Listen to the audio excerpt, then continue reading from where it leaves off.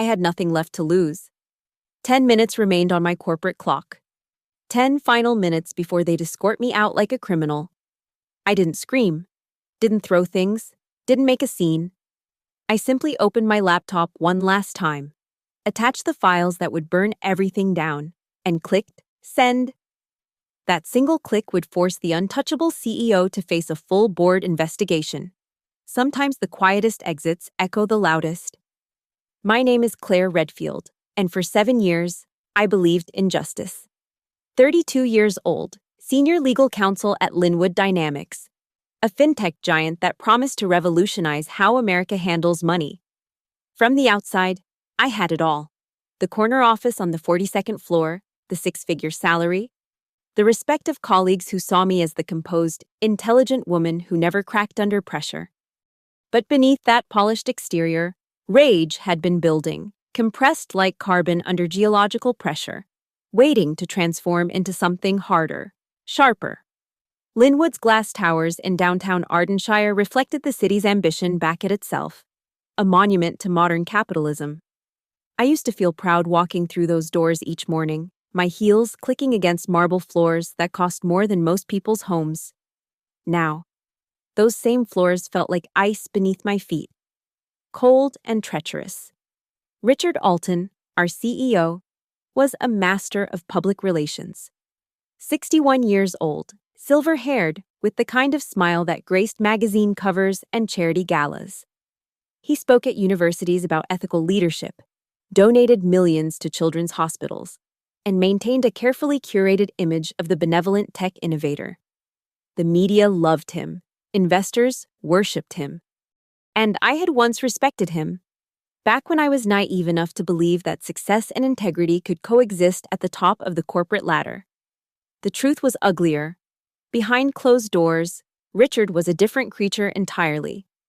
I'd witnessed the casual cruelty with which he dismantled careers, the way he manipulated data to inflate quarterly reports, how he turned board members into puppets with a combination of charm and carefully documented dirt. He didn't just bend rules, he shattered them and ground the pieces under his Italian leather shoes. I tried to work within the system at first, filed internal complaints about questionable practices, raised concerns during legal reviews, suggested stronger compliance measures. Each time, I was met with the same response. Claire, you're overthinking this. Trust the process. The process, I learned, was designed to protect those at the top while crushing anyone who dared to question it. My colleagues, brilliant, ambitious people who'd come to Linwood with dreams of changing the world, learned to keep their heads down. I watched them transform from idealists to cynics, their spirits eroding like shorelines against relentless waves. Those who asked too many questions found themselves suddenly restructured out of the company, their severance packages buying their silence. Sarah Martinez, a senior analyst who discovered discrepancies in our blockchain division's reports, was gone within a month of raising concerns. Tom Walsh, who'd questioned the legality of certain offshore transactions, found himself under investigation for fabricated performance issues. One by one, the truth seekers disappeared, replaced by those who understood that survival meant blindness. I kept a journal, documenting everything in careful detail. Every suspicious meeting, every doctored report, every threat disguised as friendly advice. At home, in a safety deposit box 3 towns over, evidence accumulated like snow before an avalanche. I told myself I was waiting for the right moment. But the truth was simpler. I was afraid. Afraid of losing everything I'd worked for. Afraid of being dismissed as another disgruntled employee. Afraid of taking on a man who seemed untouchable. But fear, I've learned, can only compress rage for so long before something has to give. And in those final days at Linwood, as I sat in meetings where we discussed new ways to exploit regulatory loopholes, as I reviewed contracts designed to trap clients in cycles of debt, as I watched Richard smile his shark smile while destroying another whistleblower's reputation, I felt something inside me crystallize. I wasn't just another cog in the machine anymore, I was a bomb, waiting to explode. The first crack in Linwood's perfect facade appeared on a Tuesday afternoon in September. I was reviewing contracts for our new blockchain initiative, Project Meridian, when the numbers stopped making sense. Transaction volumes that didn't match our client base. Offshore accounts in the Cayman Islands receiving massive transfers labeled as consulting fees. Shell companies with no employees billing us millions for services that existed only on paper. I dug deeper, staying late when the office emptied. My screen the only light on the 42nd floor. Each document I uncovered revealed another layer of rot. Money flowed in circles, washing itself clean through a maze of subsidiaries and partnerships. User data, supposedly protected by our ironclad privacy policy, was being packaged and sold to third parties, including foreign entities that our own government had flagged as security risks. The blockchain project itself was a masterpiece of deception. Marketed as a revolutionary way to democratize finance, it was actually designed to siphon funds from retail investors into accounts controlled by Richard and his inner circle, smart contracts with hidden backdoors, automated trading algorithms programmed to fail at precisely the right moments. It was theft dressed in the language of innovation. My hands shook as I photographed documents, knowing that IT monitored our computers but gambling they wouldn't check the security cameras after hours. I forwarded encrypted files to my personal email, each send button feeling like a trigger being pulled. The evidence was overwhelming, undeniable, and terrifying in its implications. Then came the email that changed everything. Anonymous, routed through multiple proxy servers, landing in my personal inbox at 3 a.m.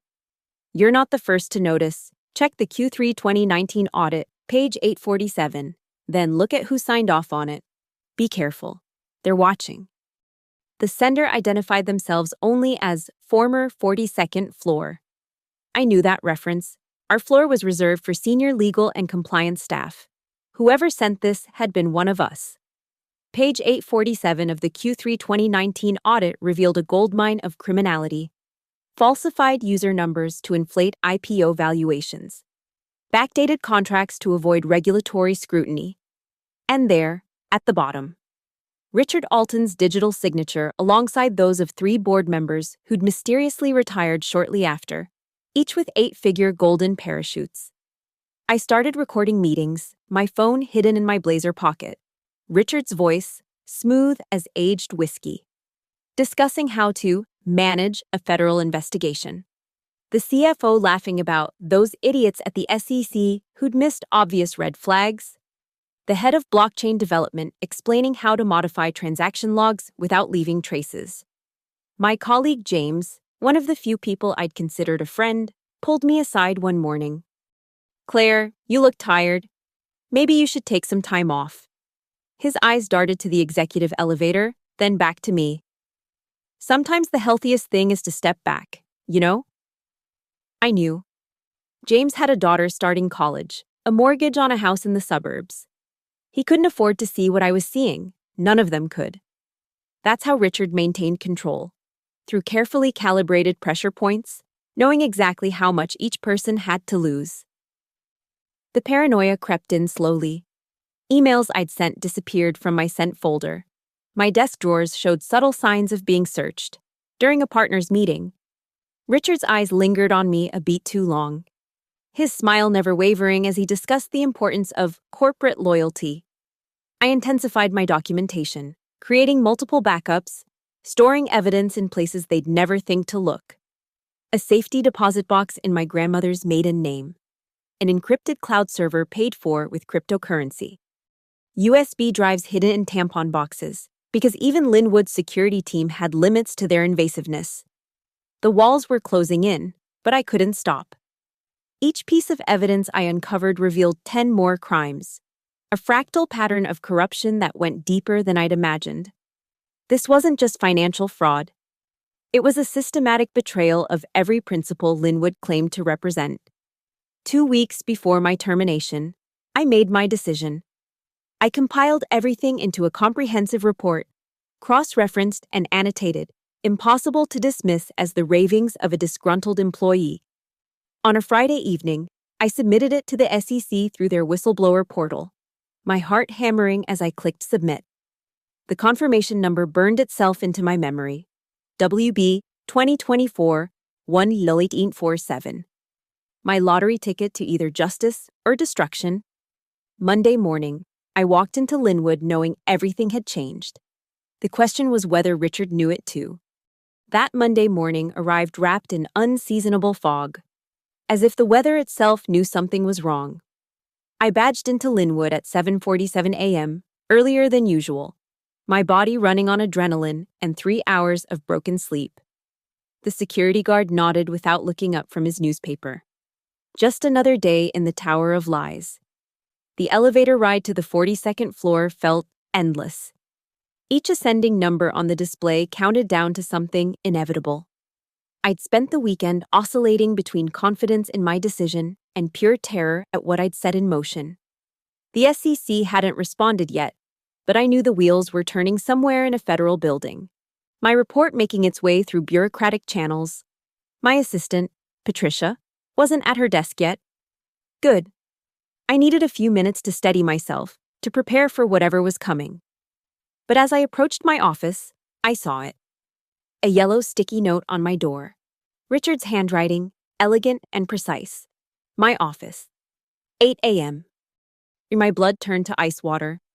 He knew. Somehow, he knew. I had 13 minutes. Enough time to trigger my contingency plans.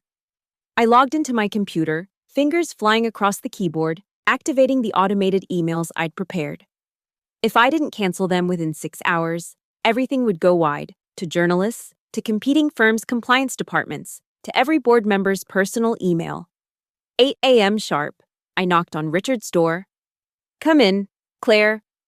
His voice was warm, almost fatherly. That's when I knew I was in real trouble. His office was a shrine to power, floor-to-ceiling windows overlooking Ardenshire, photographs with presidents and tech moguls, awards that meant nothing because they'd been bought with donation checks. Richard sat behind his mahogany desk, hands folded, that magazine cover smile perfectly in place. Sit, please. He gestured to the chair across from him. The leather creaked as I lowered myself into it, maintaining eye contact. Never show fear to a predator. Claire, you've been with us for 7 years. He opened a folder, my personnel file. Exemplary performance reviews, partner track, a bright future ahead. He paused, letting the past tense hang in the air. Which is why I'm so disappointed. In what, exactly? My voice came out steadier than I felt. His smile widened. Industrial espionage is a serious accusation, especially when the evidence suggests the perpetrator has been collecting proprietary information for months. He produced a second folder. Photographs spilled out, me at my desk after hours. Grainy security footage of me in the document room. Even a shot of me at the bank where I kept my safety deposit box. I don't know what you're implying. Please. He held up a hand. Let's not insult each other's intelligence. You've been gathering information, making copies of confidential documents. The only question is who you're selling them to. Our competitors? Foreign actors? Or are you just planning a frivolous lawsuit? The trap was elegant. By framing me as a corporate spy, he could discredit anything I might reveal. Who would believe a woman caught stealing company secrets? I've done nothing illegal, I said carefully. Everything I've accessed has been within my authorized purview as senior legal counsel. Technically true. He leaned back, studying me like a specimen. But intent matters, doesn't it? And your intent appears to be harmful to Linwood's interests. Linwood's interests, or yours? The smile flickered, just for a second. They're one and the same. I built this company. I am this company. He stood, moving to the window, hands clasped behind his back. You have 2 choices, Claire. Sign this separation agreement, which includes a comprehensive NDA and non-disparagement clause, take your severance, and leave quietly. Or be escorted out by security and face criminal charges for corporate espionage. He placed a document on the desk. 3 pages, densely packed with legalese. I scanned it quickly. 6 months severance in exchange for my silence, and buried in paragraph 12, an admission of wrongdoing that would destroy any credibility I might have as a whistleblower. I need time to review this with my attorney. No. The warmth evaporated from his voice. You decide now, sign, or security will be here in 2 minutes. I thought of the SEC report, sitting in some analyst's inbox, the automated emails waiting to deploy, the evidence scattered across 3 states. Even if I signed, the truth would come out. But without my testimony, would it be enough? I won't sign. Richard turned from the window, and for the first time, I saw the real man beneath the mask. His eyes were dead, shark-like, devoid of anything resembling human empathy. You just destroyed your life for nothing, he said quietly. By the time I'm done, you won't be able to get a job at a strip mall law firm. He pressed a button on his desk. Security to the CEO's office. We have a termination situation. As footsteps approached down the hall, Richard straightened his tie and restored his public smile. 10 minutes, Claire. They'll give you 10 minutes to clear your desk under supervision. I suggest you use them wisely. The door opened, 2 security guards entered, their faces carefully neutral. I stood, shoulders back, refusing to show defeat. Oh, and Claire, Richard called as I reached the door. Your corporate email access will be terminated in 9 minutes and 45 seconds. Just thought you should know. The countdown had begun. The security guards flanked me like pallbearers at a funeral. Jenkins and Morrison. I'd smiled at them every morning for 7 years, asked about their kids, brought cookies during the holidays. Now they wouldn't meet my eyes, transformed into instruments of corporate execution. 10 minutes, Jenkins muttered as we reached my office. We'll be right outside. My hands were steady as I opened my laptop. 9 minutes, 20 seconds remaining. The familiar Windows login screen appeared, and I typed my password for the last time. Every second counted now. First, I opened my email client. 14,089 messages in my inbox. 7 years of corporate communication. But I wasn't here to read. I was here to send.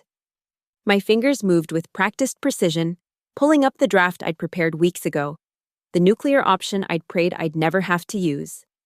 2. Board of Directors, Linwood Dynamics. Com. Audit Committee, Glenwood Dynamics. Com. CC, Richard, Altoman Linwood Dynamics. Com. BCC, 43 additional recipients. Subject. If you read this, you're already implicated. 8 minutes, 45 seconds. I attached the files methodically. The falsified blockchain reports. The offshore account statements. The audio recordings, especially the one where Richard laughed about buying a federal judge. Screenshots of deleted emails recovered from the servers. A comprehensive timeline linking every suspicious transaction to specific board decisions. 7 minutes, 30 seconds. Patricia appeared in my doorway, tears in her eyes. Claire, I'm so sorry. I didn't know. It's okay, I said without looking up. Check your personal email later. She understood. We developed our own language over the years, subtle codes for navigating corporate politics. She retreated, and I heard her tell the security guards she needed to get something from the supply closet. Good. She was creating distance, plausible deniability. 6 minutes. I opened a second email, this one to the all-staff distribution list. 15,000 employees across 6 countries. The IT department would try to recall it, but by then, it would be too late. Too many people would have seen it, saved it, forwarded it to their personal accounts. Subject. Why I was really terminated, a message from legal. I kept this one shorter, more digestible. A bullet point list of crimes I'd witnessed, each one backed by a document reference they could verify themselves if they had access. I knew most wouldn't dare look, but some would. The brave ones. The curious ones. The ones like me who still believed in justice. 4 minutes, 15 seconds. Ma'am, you need to pack your personal items, Morrison called from the doorway. Almost done, I replied, hitting send on the all-staff email. The confirmation popped up just as an error message appeared. My Outlook access had been revoked. But the email was already propagating through the servers, digital wildfire spreading faster than IT could contain it. I turned to the board email, my magnum opus. My cursor hovered over the send button. Once this went out, there was no going back. Richard would unleash every weapon in his arsenal. Private investigators would dig through my past. Lawyers would bury me in litigation. My reputation would be systematically destroyed. 3 minutes. But then I thought about Sarah Martinez, escorted out in tears after trying to do the right thing. Tom Walsh, who'd lost his house fighting bogus lawsuits. The unnamed employee who'd sent me that anonymous email, probably watching from another floor, hoping someone would finally stand up. I clicked send. 2 minutes, 30 seconds. The email vanished from my screen, replaced by a network error. But I saw the sent confirmation first. It was done. 43 of the most powerful people in tech finance would be opening that email within minutes. Board members who'd been kept in the dark, journalists who'd written puff pieces about Richard, SEC investigators who'd closed previous cases for lack of evidence, even Richard's personal attorney, who I suspected had no idea how deep his client's crimes went. I stood up, grabbed the photo of my parents from my desk, left everything else. The security guard straightened as I emerged. "I'm ready," I said. As we walked toward the elevator, I saw faces appearing in doorways. Word was already spreading. Someone's phone buzzed, the all-staff email hitting inboxes. Then another phone, another. By the time we reached the elevator bank, the entire floor was humming with suppressed energy. 1 minute. The elevator doors opened. As I stepped inside, I turned back to look at the 42nd floor one last time. Through the glass walls of the conference room, I could see Richard on his phone, his face shifting from confusion to rage as he realized what I'd done. Our eyes met across the distance. I didn't smile, didn't gloat, just held his gaze until the doors closed. 30 seconds. As the elevator descended, I pulled out my personal phone. 17 missed calls already. The first was from a reporter at the Wall Street Journal. The second from someone at the SEC. The avalanche had begun. Ground floor. Time's up. Jenkins held the lobby door open. "I'm sorry about this, Ms. Redfield," he said quietly. "For what it's worth, some of us know you're one of the good ones." I walked through Linwood's glass doors into the morning sun. Behind me, I could already hear the chaos beginning. Phones ringing, voices rising, the beautiful corporate machine grinding to a halt. 10 minutes. That's all it took to light the fuse. Now all I had to do was watch it burn. By the time I reached my car in the parking garage, my phone had logged 43 calls. I sat in the driver's seat, engine off, watching the numbers climb. Reuters, Bloomberg, the Financial Times. Every major outlet had someone working the Linwood beat, and they all had the same question. Was it real? I didn't answer any of them. Not yet. Let the documents speak first. Instead, I drove home, taking the long way through downtown Ardenshire. The city looked different now that I was no longer part of its machine. Cleaner somehow, like seeing it through washed windows. I stopped at a coffee shop I'd always rushed past, ordered a cappuccino, and sat by the window with my laptop. The first story broke at 11:47 a.m. Breaking, Linwood Dynamics. Board receives explosive whistleblower documents alleging fraud. The journalist had done their homework, cross-referencing my claims with public filings, finding discrepancies I'd missed. The stock price started its descent immediately, down 7% by noon, 15% by market close. My email inbox exploded. Reporters who'd somehow found my personal address. Former colleagues sending warnings, support, threats. One from Patricia. They're in full panic mode. Richard locked himself in his office. Board members keep arriving. Security won't let anyone near the executive floor. By 2 p.m., the story had evolved. SEC confirms investigation into Linwood Dynamics following whistleblower complaint. Someone at the commission had connected my termination day email to the report I'd filed the previous week. The timing was too perfect to be coincidence. They'd been building a case, and I'd just handed them the smoking gun. I drove to my apartment, packed a bag. Richard's reach was long, and I wouldn't underestimate his capacity for revenge. But as I folded clothes into a suitcase, my phone rang with a number I recognized. Martin Blackwood, chair of Linwood's board. Claire. His voice was strained. We need to talk. We are talking. In person. The board is convening an emergency session. We need to understand what you've sent us. You had 7 years to understand, I said. Every red flag I raised, every concern I documented. Where were you then?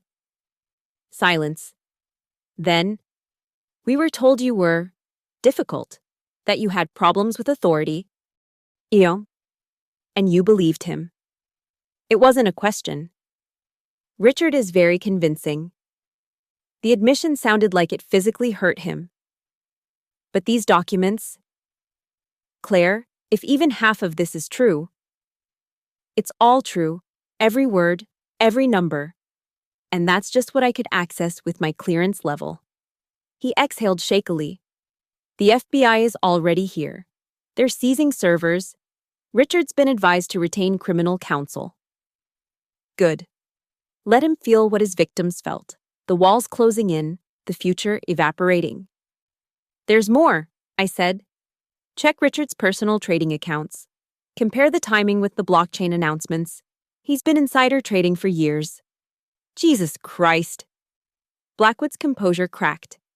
Claire, the board needs you to... I hung up. They didn't get to make demands anymore. By evening, the story had become a wildfire. Linwood Leaks was trending. Anonymous employees were adding their own stories to the narrative. The financial press smelled blood. And they were circling like sharks. CNN picked it up at 6 p.m. Tech giant Linwood Dynamics faces federal investigation as CEO Richard Alton lawyers up. They'd gotten footage of Richard leaving the building, flanked by attorneys, ducking into a black SUV. His perfect silver hair was disheveled, his trademark smile nowhere to be seen. He looked smaller somehow, diminished, like a vampire exposed to sunlight. I ordered Thai food and watched the coverage from my hotel room. I'd checked in under a fake name, paid cash, old habits from my investigative days. Every channel had a different angle. CNBC focused on the stock collapse. Fox Business brought in experts to discuss corporate governance failures. MSNBC had somehow gotten an interview with Tom Walsh, my former colleague who'd been forced out. He looked directly at the camera and said, Claire Redfield is a hero. She did what none of us had the courage to do. At 9:17 p.m., the story reached critical mass. Linwood Board announces immediate suspension of CEO Richard Alton pending investigation. But the best part was the subheadline, Emergency Audit Reveals Potential Criminal Liability for Multiple Board Members. They couldn't contain it anymore. My email hadn't just exposed Richard, it had implicated everyone who'd enabled him. Board members who'd signed off on fraudulent reports, executives who'd participated in the cover-ups. The entire leadership structure was compromised. My phone buzzed. A text from an unknown number. You have no idea what you've started. This goes deeper than Linwood. Be careful. I deleted it, but saved a screenshot first. Evidence. Always evidence.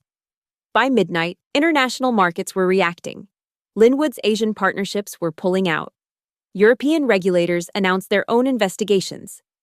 The company that Richard had built through lies and manipulation was crumbling in real time. And I watched it all from my hotel bed, eating pad thai and feeling something I hadn't felt in years. Free. The war wasn't over. Richard would retaliate. Lawyers would come after me. I'd probably spend the next year in depositions and courtrooms. But for tonight, I'd won. The truth was out, spreading faster than anyone could contain it. My 10 minutes had lit a fuse that was burning through everything Richard Alton had built. And tomorrow, when the markets opened, the real destruction would begin. The congressional hearing was scheduled for a Thursday morning in November, 6 weeks after my email detonated Linwood's executive suite. C-SPAN carried it live, hearing on financial technology fraud and regulatory failures. I watched from my lawyer's office, surrounded by boxes of evidence that would never see the inside of that room. Richard Alton sat at the witness table, diminished but not broken. His attorneys had coached him well. Navy suit instead of his usual Italian designer. American flag pin on his lapel. Reading glasses that made him look grandfatherly. But I could see the telltale signs of stress. Weight loss, tremor in his hands, the way he kept touching his wedding ring. Mr. Alton, Senator Harrison began. Do you swear to tell the truth, the whole truth, and nothing but the truth? I do. The lie came so easily to him, even now. They grilled him for hours. The blockchain fraud, the offshore accounts, the systematic destruction of whistleblowers. With each question, Richard deployed the arsenal of corporate doublespeak. I don't recall. Not to my knowledge. I'd have to check with my team. On advice of counsel, I invoke my Fifth Amendment rights. But the committee had my documents. More importantly, they had the recordings. Mr. Alton, I'd like to play an audio file submitted as Evidence 247B. Richard's face went white as his own voice filled the hearing room. The SEC investigators are idiots. They're looking at Q3 when we buried everything in Q1. Just keep them focused on the blockchain nonsense while we move the real money offshore. Is that your voice, Mr. Alton? I'd have to review the full context. It's a yes or no question. The camera caught the moment perfectly. Richard Alton, master manipulator, reduced to stammering incoherence on national television. His attorneys leaned in, whispering urgently. He invoked the Fifth again. But the committee wasn't done. They called witness after witness.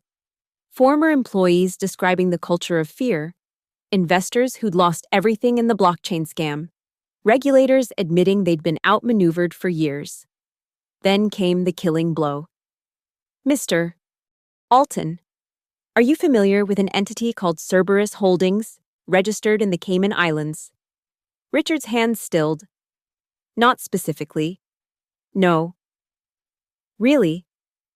Because we have bank records showing you personally transferred $47 million to Cerberus over the past 3 years.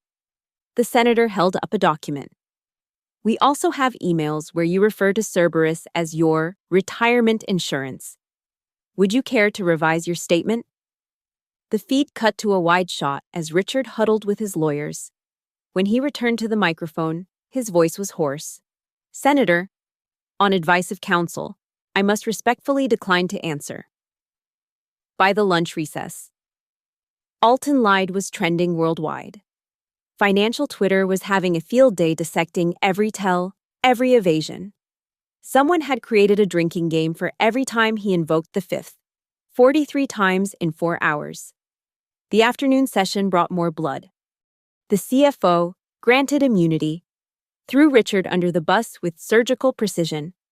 The head of blockchain development broke down crying, describing how Richard had forced him to build backdoors into the system. Even board members, sensing the ship was sinking, distanced themselves with carefully worded statements about being misled and trusting management. At 4:47 p.m., as Richard was being excused from testimony, federal marshals appeared in the hearing room. The committee chair read from a prepared statement. Mr. Alton, you are under arrest for wire fraud, money laundering, and conspiracy to commit securities fraud. The cameras caught everything. Richard's shock, his wife's tears in the gallery, the metallic click of handcuffs on the wrists that had once signed billion-dollar deals. As they led him out, he turned toward the cameras, and for just a moment, his mask slipped completely. The rage in his eyes was primal, animalistic, the fury of a predator caged. That evening, Linwood's stock hit penny stock territory. The board announced the company would file for bankruptcy protection. 15,000 employees would lose their jobs. Hundreds of millions in retirement funds evaporated. I felt no satisfaction in that part. Richard's crimes had created countless victims, and many of them were innocent people who'd believed in Linwood's mission. Patricia called me that night, drunk and crying, wondering how she'd pay her mortgage. I wired her money from the whistleblower bounty I'd received from the SEC, blood money for doing the right thing. The criminal trial would take 2 more years. Richard's legal team would delay, appeal, maneuver. But the outcome was inevitable now. The evidence was too overwhelming. the public anger too intense. Politicians who'd once taken his donations now competed to denounce him most forcefully. In the end, Richard Alton, the man who'd thought himself untouchable, was sentenced to 25 years in federal prison. No club fed for him. He went to a medium security facility in Colorado, where his silver tongue and Ivy League credentials meant nothing. I watched the sentencing on my laptop from a cottage by the sea, 3,000 miles from Ardenshire. When the judge read the verdict, I closed the computer and walked down to the beach. The waves crashed endlessly against the shore, indifferent to human drama, washing everything clean. Justice, I'd learned, was messier than I'd imagined. It came with casualties, with guilt, with the knowledge that victory tasted like ashes. But it was still justice. And sometimes, that had to be enough. The cottage in Mendocino became my sanctuary. 6 months after Richard's sentencing, I'd settled into a rhythm of solitude and salt air. Mornings were for walking the cliffs, afternoons for reading, evenings for sitting on the porch with a glass of wine, watching the sun bleed into the Pacific. I'd changed my appearance, shorter hair, minimal makeup, clothes from thrift stores instead of department stores. Not out of fear anymore, but because I'd shed the corporate skin like a snake molting. Claire Redfield, senior legal counsel, was dead. I was just Claire now, learning who that meant. The emails still came. Job offers from firms wanting my expertise in compliance. Speaking requests from universities teaching business ethics. Book deals from publishers sensing a bestseller. I deleted them all. That world held nothing for me anymore. Instead, I volunteered at the local legal aid office, helping people who couldn't afford lawyers, domestic violence cases, immigration issues, tenant disputes, real problems affecting real people, not the abstract chess games of corporate law. It felt clean, honest. The law as I'd once believed it could be. One evening, as autumn painted the coast in amber and rust, I sat at my kitchen table with my laptop.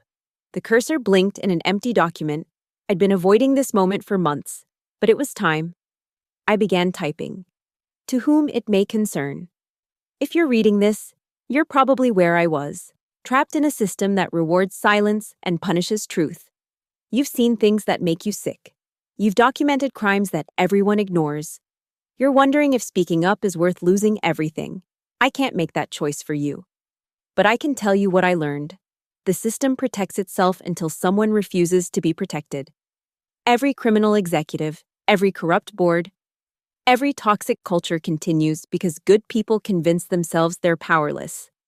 We tell ourselves we need the job, the health insurance, the reputation. We become complicit through our silence. But silence is a choice.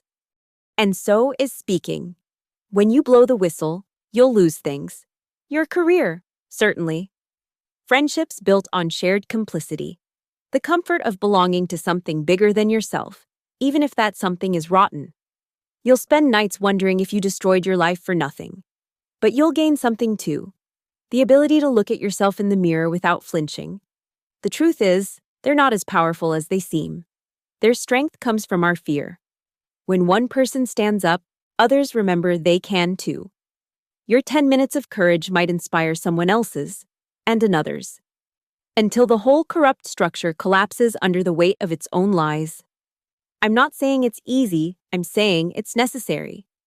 If you're gathering evidence, be smart. Document everything. Create backups. Protect yourself legally. But don't wait for the perfect moment. It won't come.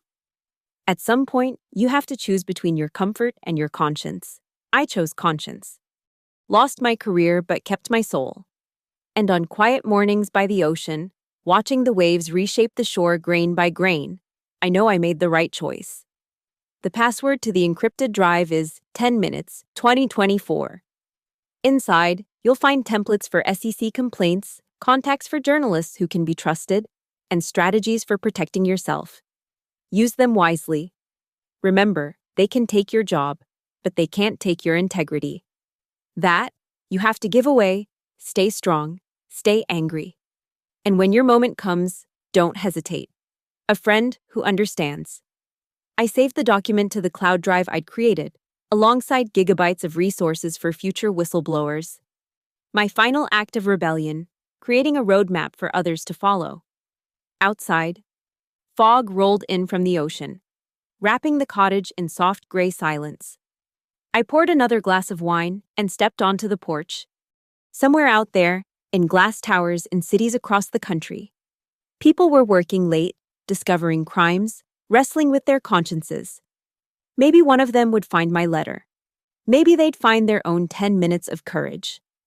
I thought about Richard in his cell, about boards of directors learning to fear their employees' integrity, about the slow grinding wheels of justice. Change came in drops, not waves. But drops could erode mountains, given time. My phone buzzed. A text from Patricia. She'd landed a job at a nonprofit, helping trafficking victims. "Thank you," she wrote, "for everything." I raised my glass to the darkening sky, to the witnesses still gathering evidence, to the journalists still asking questions, to everyone who chose truth over comfort. The war between power and justice would never end. But sometimes, in 10 crucial minutes, the good guys won a battle. And sometimes, that was enough to change everything. The fog swallowed the last of the daylight. I went inside, closed my laptop, and locked the door on my old life one final time. Tomorrow would bring new battles for someone else to fight. Tonight, I was just Claire, learning to breathe again by the sea. Thank you for listening to this story. I'd love to know where you're listening from. Please share in the comments below so we can connect. If this story resonated with you, please subscribe to the channel and share your thoughts. Your experiences and perspectives make these stories come alive. Until next time, stay strong and keep fighting for what's right.